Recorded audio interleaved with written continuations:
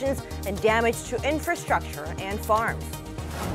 The Trump administration's hardliner and National Security Advisor John Bolton says the bulk of North Korea's weapons program could go in a year. And the first face-to-face conversations are held between the two sides since the June 12th summit in Singapore.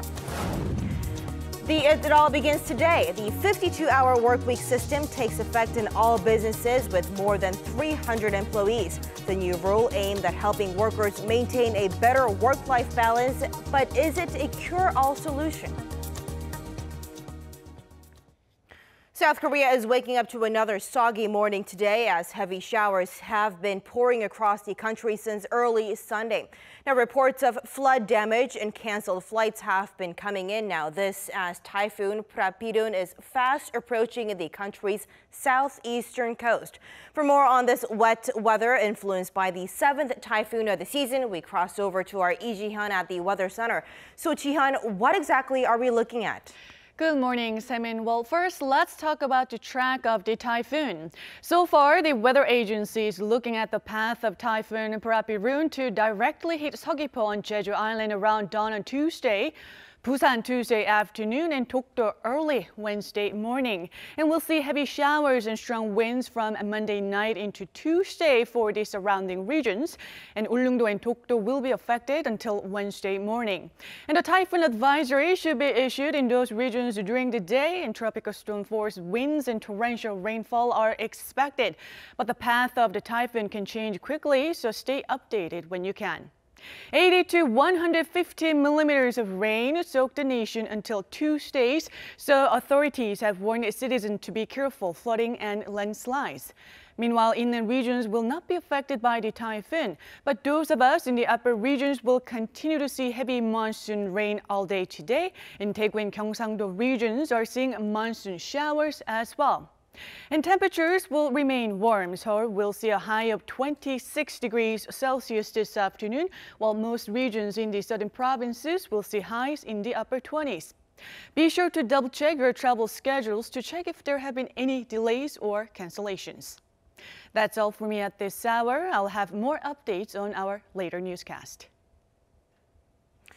Thank you, Jaein, for that update. And we take things outdoors for a look at the weather conditions that we just heard about. We have our very own Choi Si-young standing by at the Chamsugyo Bridge that crosses the capital's Hangang River. Si-young, the rain hasn't stopped since yesterday. Is the bridge underwater yet?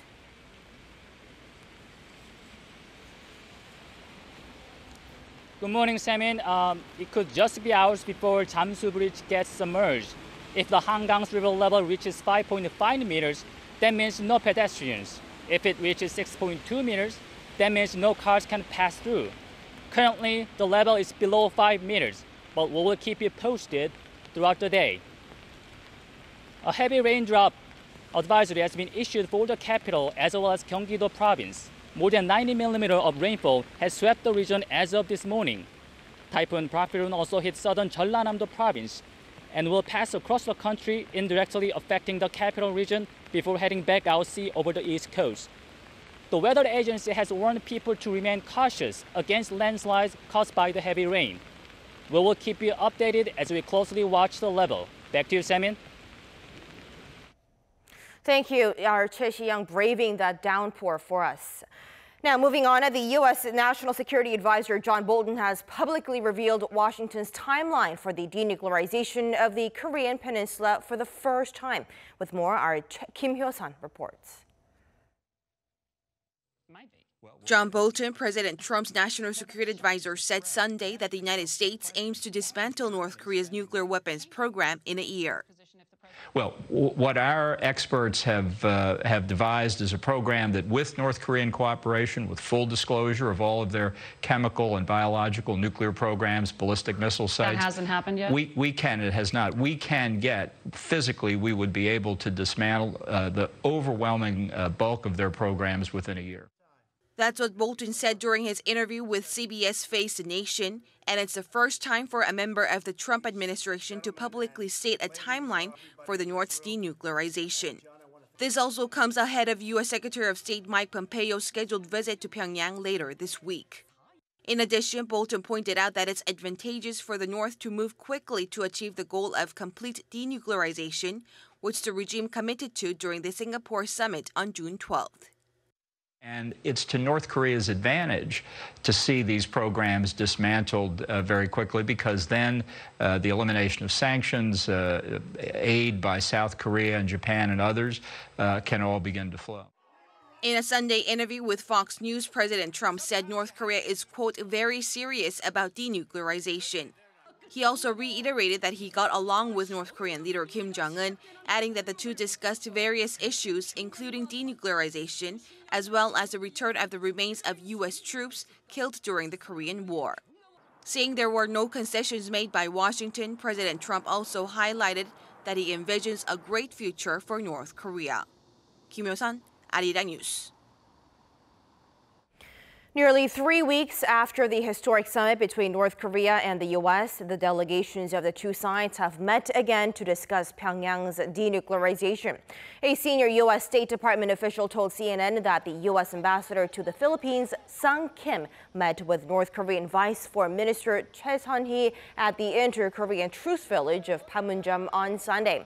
And South Korea's Yonhap News Agency also reports that the two countries most likely discussed details of U.S. Secretary of State Mike Pompeo's visit to the region in Pyongyang scheduled for this week, which analysts see as an important step in Pyongyang's denuclearization.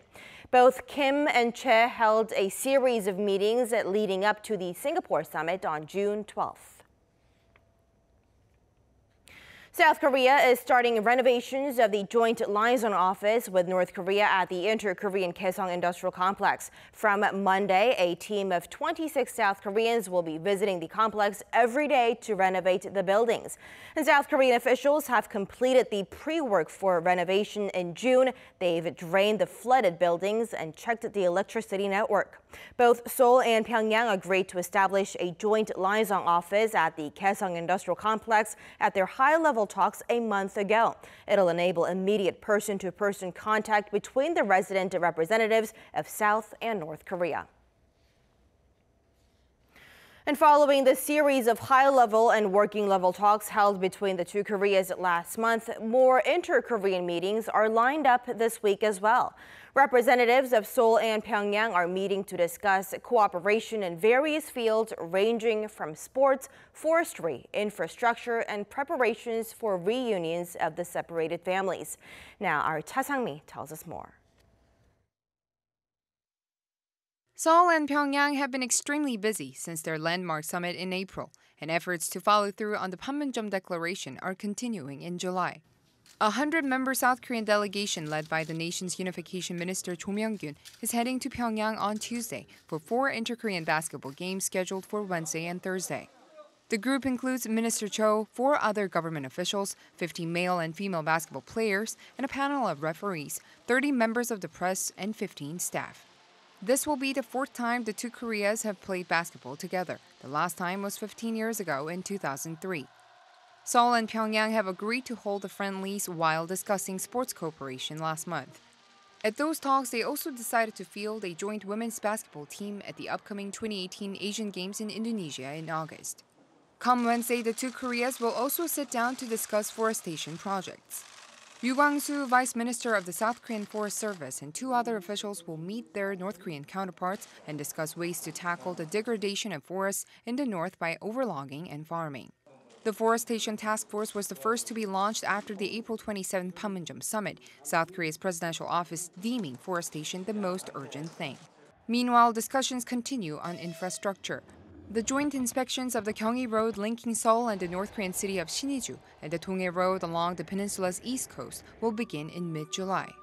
Preparations also continue for reunions of families separated by the Korean War. Those are scheduled for a week starting August 20th at the North's Mount Kumgang Resort. On July 25th, the South and North will exchange lists of people who will possibly attend the reunions. But first, South Korean government will narrow them down to 250 people out of an initial 500 that were selected. Once the lists are exchanged, they will come up with a final list of participants, 100 from each side, by August 4th. Cha Sang-mi, Arirang News. After an 8-day rest period of recharge his batteries, President Moon Jae-in returns to his regular schedule today. According to the presidential office of Cheongwade, the South Korean leader will chair the regular Monday meeting with his top aides. Now, this is the first time he will appear before the public since he returned home from his 3-day state visit to Russia on June 24th. The top office disclosed last Wednesday that President Moon has been recovering from a severe cold he caught while in Russia. And following the advice of his personal doctor, he canceled his entire schedule last week to recover. South Korea officially shortened its maximum work week to 52 hours starting this month to improve people's quality of life by tackling the country's notoriously long working hours. Our Won Jung-hwan tells us more. The new regulations, effective for businesses with more than 300 employees, limits Korean workers to work a maximum of 52 hours a week from the previous 68-hour system. The 12 hours of overtime will now include the previous 16-hour slot that was used for days off or weekends. If the rules are not followed, business owners could face up to 2 years in prison or a fine up to $18,000. Big businesses which have been bracing for the system for the past few months by hiring new workers and overhauling their working hour systems are expected to adopt to the new system without much of a hitch. However, the problem lies with small and medium-sized companies as they have been facing a variety of difficulties, including trouble hiring new people and adopting flexible hours to meet their employees' particular needs. Given the circumstances, the government is implementing a 6-month grace period so those companies have time to adjust. Also, to implement a smooth transition for the whole South Korean labor market, the government will follow a roadmap to reach every worker in the coming years. Companies with 50 to 300 workers should implement the 52-hour workweek starting January 2020, and those with 5 to 50 workers from July 2021. But as the system has just been adopted, there will inevitably be some confusion. Some have voiced concern that it could lead to some people being forced to look for part-time jobs to supplement their reduced earnings. As a result, experts say the government needs to work closely with workers and employers to mitigate any adverse effects in the coming years. Won Jung-hwan, Arirang News. Top trade officials from 16 Asia-Pacific countries have agreed to aim for a deal on the Regional Comprehensive Economic Partnership, or the RCEP, by the end of this year. In a joint statement released on Sunday after a meeting in Tokyo, the representatives agreed to speed up negotiation process on outstanding the issues. They said achieving a trade pact is particularly important in view of the current global trade environment, which faces risks from unilateral trade actions and reactions. The proposed deal covers 30% of the global trade, and the participating countries include South Korea, China, Japan, and 10 other ASEAN member nations. Another victim of Japan's wartime sexual slavery has passed, bringing the number of victims in Korea living to 27. The Korean Council for the Women drafted for military sexual slavery by Japan says Kim Bok-deuk passed away on Sunday at the age of 101. She was just 22 when she went to the Philippines with hopes of securing a job at a factory, but was instead taken to a brothel for the Japanese military. Kim was a plaintiff in a 2016 Supreme Court case involving the 2015 agreement between Korea and Japan on settling the issue. She argued that the deal infringes on the basic human rights of survivors and that it goes against a 2011 ruling by exempting Japan from having to pay compensation.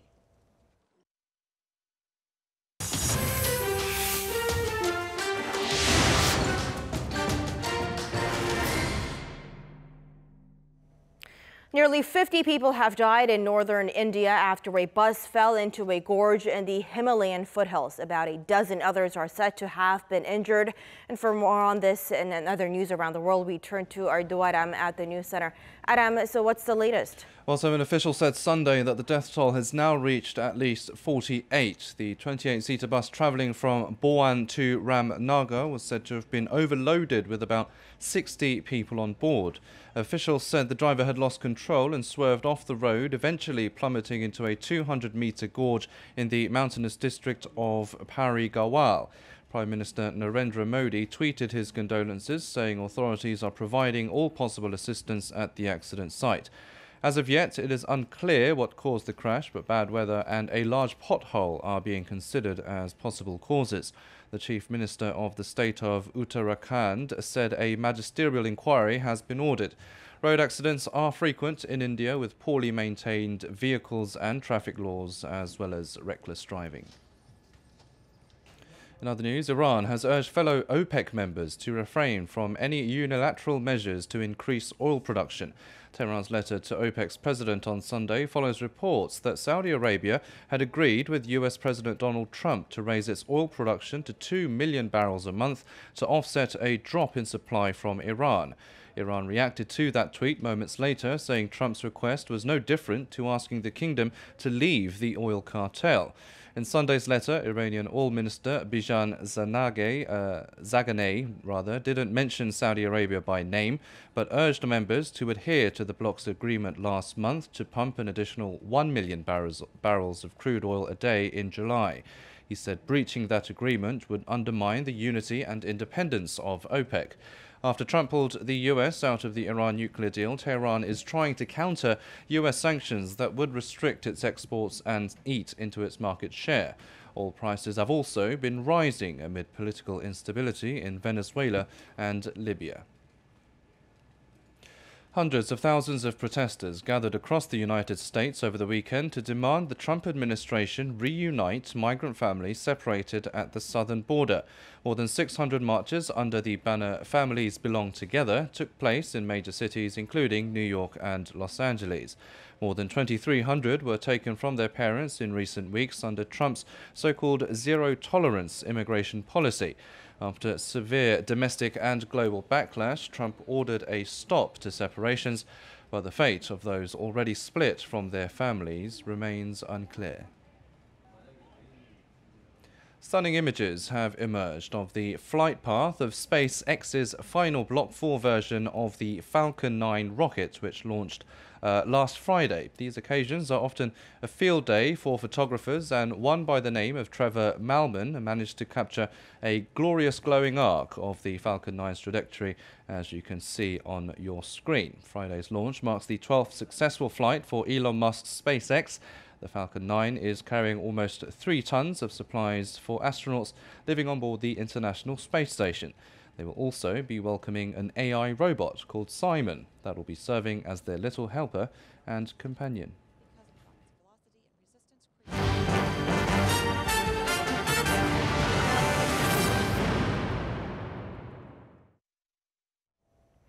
And turning to the latest from the 2018 World Cup in Russia, more excitement in the round of 16 with both of Sunday's games going down the wire. Penalties decided both ties, and one of the tournament's favorite is heading home. Our Lee Seung-jae tells us more. Sunday's action kicked off with the host nation Russia taking on Spain in Moscow. With the winner advancing to the quarterfinals, Russia got off to a terrible start as Sergei Ignatievich's own goal in the 12th minute gave Spain the early 1-0 lead. But in the 41st minute, Artem Zuba, taking the spot kick after Gerard Piqué's handball inside the box, converts it and levels the match at 1-1. Both nations go scoreless in the second half and for the full 30 minutes of the extra time as this match goes into penalties. Working off the cheering home crowd, Russia goes flawless, converting 4 of 4, while Spain misses the 3rd and 5th spot kick as Russia pulls off a huge upset, winning the shootout 4-3. Later in the day, it was the turn of Croatia and Denmark in Nizhny Novgorod. There was action right from the kickoff. Mathias Jorgensen, in the first minute of the match, found his left foot shot in the back of the net for an early 1-0 lead for Denmark. But Mario Mandzukic answers back 3 minutes later as Croatia levels the match at 1 apiece. A scoreless second half, and Croatia has a chance to win it 26 minutes into the extra time after a penalty is called. Luka Modric looking to be the hero in this match. Instead, it's Danish goalkeeper Kasper Schmeichel who saves the spot kick as the two teams head for the second penalty shootout of the day.